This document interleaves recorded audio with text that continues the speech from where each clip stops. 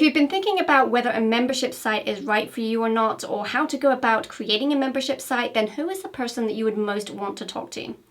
It's probably going to be the person who has interacted with thousands of membership site owners and knows what works and what doesn't, right? Well, you're in for a treat today because I'm going to be interviewing Stu Mclaren. Now, Stu is the founder of Wishlist Member, which is a WordPress plugin, and he has seen memberships that have failed and memberships that have done really well as part of that software program. And also, he has since founded Tribe. Now, Tribe is an opportunity to know how to create a profitable and successful membership site. So that is actually open right now. If you're interested in membership sites and want to check out his free workshops, then I encourage you to check out the link in my description below, and you can do that. And I do encourage you to do that now because it is only open once a year. So if you're watching this after the fact, like a couple of weeks later than I'm posting this right now, then go ahead and click on the link because I'll update it to a wait list so that you can be notified when he releases that again. Okay, so let's dive into this interview. I think you're going to find it super helpful, and I will talk to you afterwards.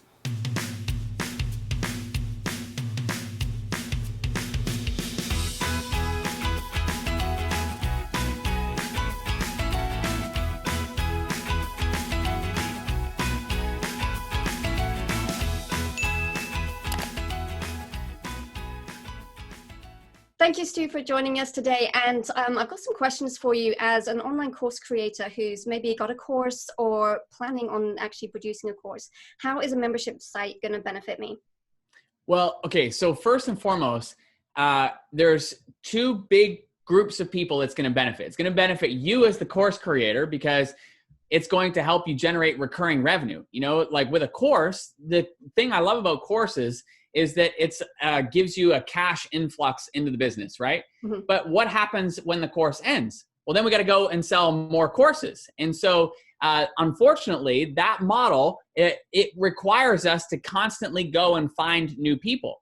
And what the membership model does is it complements the course model so well, because the course model brings new people into your world, and then the membership model keeps them in your world. So there's two ways that I want all course creators to be thinking about a membership, because they really go together like peanut butter and chocolate. You know, so the way I think about memberships is that there's two types. There's a front-end membership and there's a back-end membership. Now, a front-end membership works tremendously well to bring a lot of people into your world and to help you create that, stability in your business with recurring revenue. But it's beautiful because when you have a membership, inevitably you're going to find that members want to go deep in certain areas. And this is where it complements somebody who has courses, because it works as a front-end lead generator for your courses. And you'll find that your highest converting people are going to be your members of your membership who want to dive deep into a course. Now, a back-end membership works beautifully with a course as well, because here's what happens. And I know all your course creators will be able to relate to this. You get to the end of the course, and inevitably you're going to have people that are going to say, well, wait a minute. Like, what happens to the community? Where do I go for support like afterwards? Because here's the reality of a course. A course teaches people what to do and how to do it. But very rarely do people have time to actually implement it as they're going through it and learning it.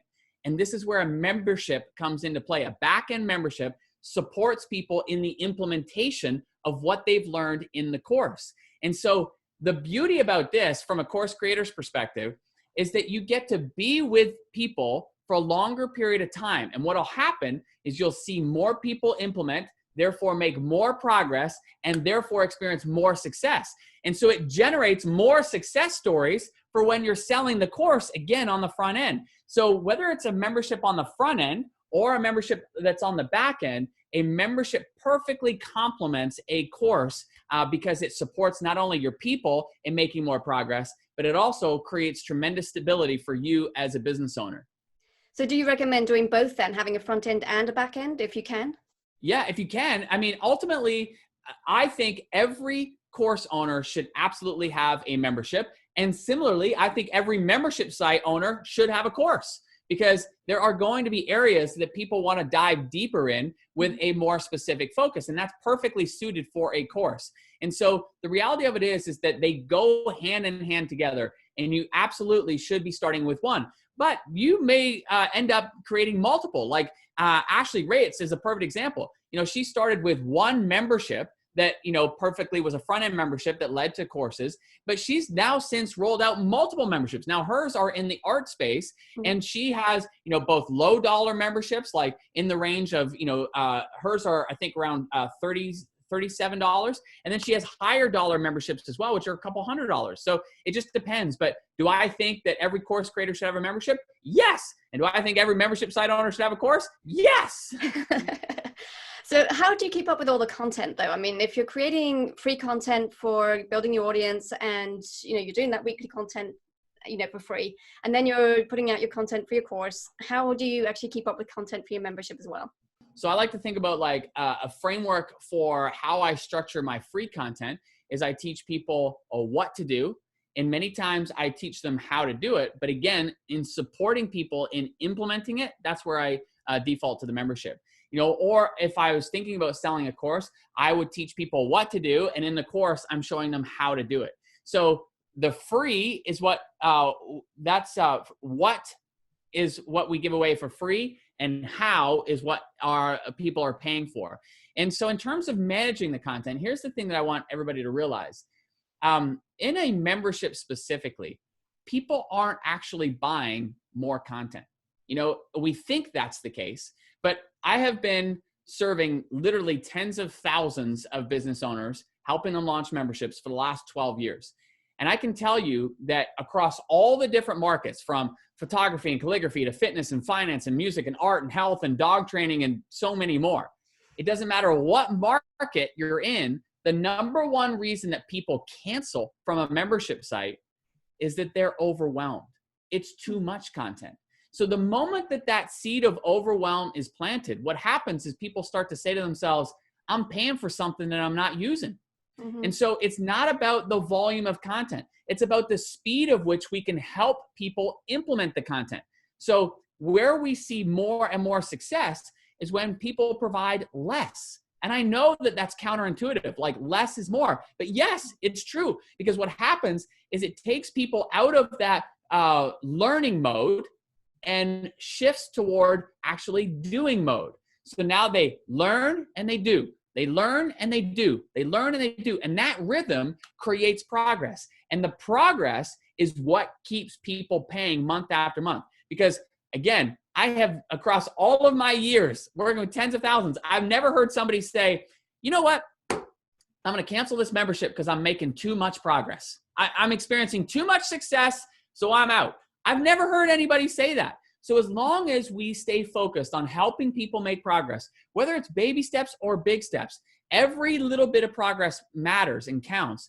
As long as they're making progress, they will stay. And what that means from a content perspective is less is more. It's about supporting people. It's about making it easier, helping them take what it is that we're teaching and put it into practice faster. When we do that, that's when they experience more success. And then that's when we experience more success as a membership site owner. So are we looking at things like Q&As and hot seats and coaching calls and that kind of thing, rather than necessarily more actual teaching content? Like have some teaching content, but supplemented with these other things? It's definitely a mixture. So like you want a little bit of teaching, but you want a lot of supporting and implementation. That could mean like creating templates and scripts and things like that that speed up the process for people of actually doing what it is that we're talking about. So for example, like in one of our memberships, this is exactly what we do. We provide a lot of scripts and templates. So whenever we're teaching a concept like, okay, you should roll out this type of membership, or you should write this kind of thing, or you should write, have this kind of email sequence or that kind of thing. What we're then thinking about is like, okay, what can we do to help somebody actually implement that easier and faster? Well, okay, what if we actually wrote the template emails and all they had to do was answer a few questions and bada bing, bada boom, the emails were done for them? That would make it a heck of a lot easier. Here's another perfect example. So Paul Evans, he has a membership site called Teen Life Ministries.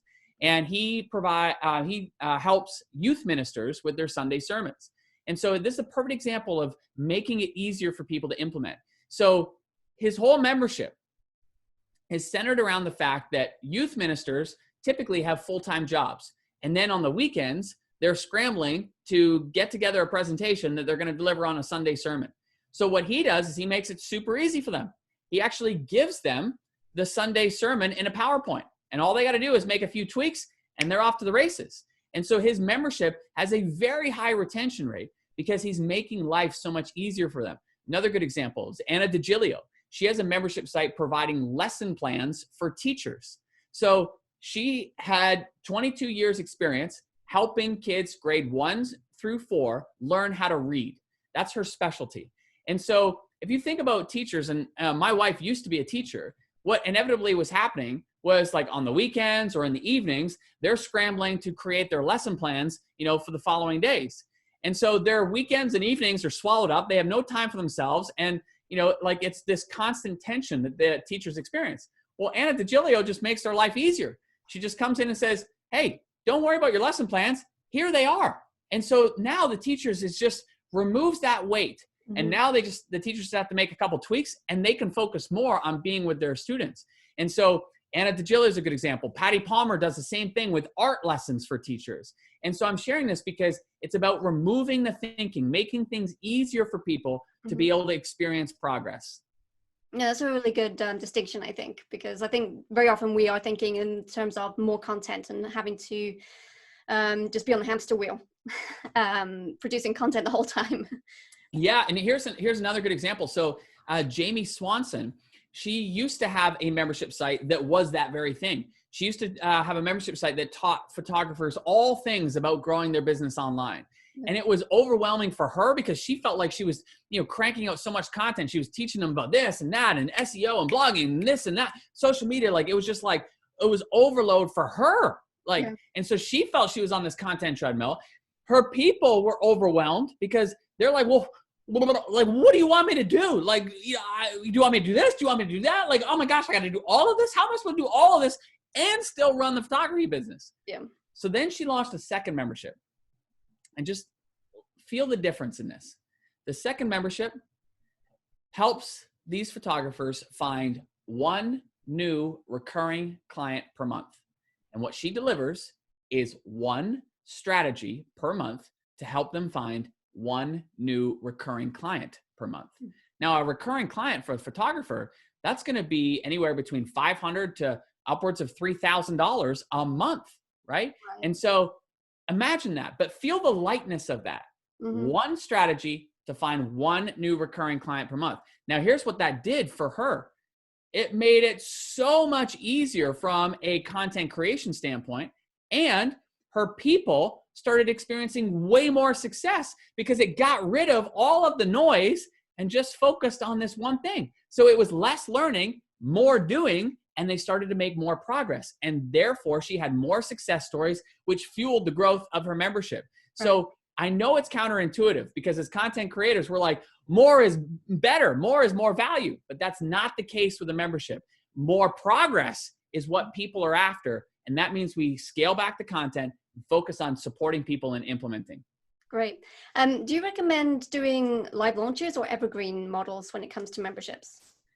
You can do both. It's really a preference. I mean, my personal preference is I love live launches, because what we see is that, and again, this is counterintuitive. And this is, by the way, this is from years of experience. As I said, working behind the scenes, I used to own a software company that was the world's #1 membership platform for WordPress. So I was working with 70,000 online communities and membership sites. So I got to see okay, what are the membership sites that are growing year over year doing? And I discovered there's a few strategies that are completely counterintuitive that they're doing that the others are not. And one of them, from a marketing standpoint, was that they were closing their doors. And you think, wait a minute, that makes no sense. You're telling me that by closing the doors, I'm going to experience more success? And the answer is yes. Here's a perfect example. So I used to be business partners with a gentleman. His name was Michael Hyatt. Great man. I love the man to bits. And we came together and formed a membership. And in the first, the way that we initially rolled it out, we were open all the time, which meant people could sign up at any one point, and we would do a promotion each month for it, and we would welcome anywhere between 100 to 125 new members a month. But then what was happening was that it was heavy because we were always having to promote month after month after month. We were having to do a promotion. Okay. So we decided to make the scary decision to go from being open all the time to only being open 4 times a year. Okay. And that was scary. I was full of fear, like, oh my gosh, like, are we going to be able to make as much revenue with 4 promotions as we would being open all year long? But here's what happened. With those 4 promotions, we ended up welcoming anywhere between 600 to 800 new members per promotion. So we welcomed twice as many people with a fraction of the effort. So right. Then we had the scary idea of like, what if we went down to just 2 promotions a year? And I was full of the same fear, like, oh my gosh, no, like, how are we going to make as much with 2 as we did with 4? But then during those, we would welcome anywhere between 1,500 to 3,000 new members a month. And so the crazy part about this is that it was less promotions and more members because it created more of a sense of urgency for people to get in because they knew that the doors would close and they wouldn't get in thereafter. Now, with that said, we also have people like Sonia. Sonia, in the last 90 days, has more than doubled her membership, added more than 1,000 members. Now, she has a Evergreen process that is absolutely working for her. So I'm not saying that Evergreen is not a process that can work. It absolutely can. But I love live launches because of the urgency it creates for people to join. Because the last thing that we want with a membership is for people to say, "Ooh, this looks good. I'll save this for later." Right. That's the kiss of death. And if there's no reason for them to join today, that's exactly what they'll do. Mm-hmm. No, that makes sense. So why is now a good time to start a membership? Memberships are booming. Memberships are booming. Listen, it doesn't matter what market you're in. Like we, in the last couple of weeks, in our community, some incredible stories have been coming through, and these come through all the time, but like I'll share a couple. So Emily Jeffords, she is an artist. She helps other artists. She just closed her launch. She did a very simple launch. She did 2 emails, 2 Instagram lives, and a few social posts. Ended up welcoming 367 new members. Tamara Bennett's in this crazy little market. She helps people paint decorative door hangers. I didn't even know this was a thing, but until I met Tamara. But decorative door hangers. She just finished her launch. She welcomed 420 new members, bringing her membership total up to 1,127 members. Wow. Maxie, this was 2 days ago. Maxie sent me a message. She's this sweet lady who last October launched her knitting membership. And she ended up welcoming, it was like 280 something members. And she was really nervous about like launching again, especially given like everything that's happened. And I said to her, I said, look, I encouraged her. I said, go for it because, and we can talk about this in a minute, but I said, go for it. She ended up welcoming 107 new members into her member. Again, this is like in these crazy little markets. Last year, there was this amazing story of Holly who launched her membership. Again, super unique market. She helps balloon artists, like, people who create, balloon animals, right? I didn't even know there was like communities for these people. But so she launched this membership and ended up welcoming 400 plus new members into the membership. She called it the Twisterhood. I loved it. I love the name of it.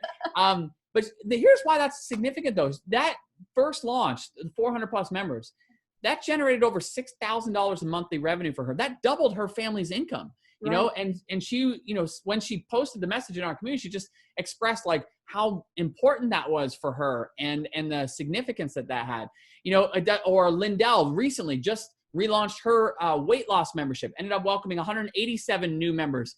Levi Kajula, he just crossed a major milestone. He's got this amazing guitar membership, and his community manager, Allie, came to him. This was like literally 2 weeks ago. Came to him and said, Levi, we just crossed a major milestone. He's like, what do you mean? So he looked at the stats. They had just crossed 7,000 members in their guitar membership. His sales have been tripling during this time because here's the thing. There's never been a time when more people are online than right now. spending more time online than right now. And there was a research study that was recently done in the UK. It was released last week of 2,000 people. And it asked, like, what are you looking to do specifically during the quarantine?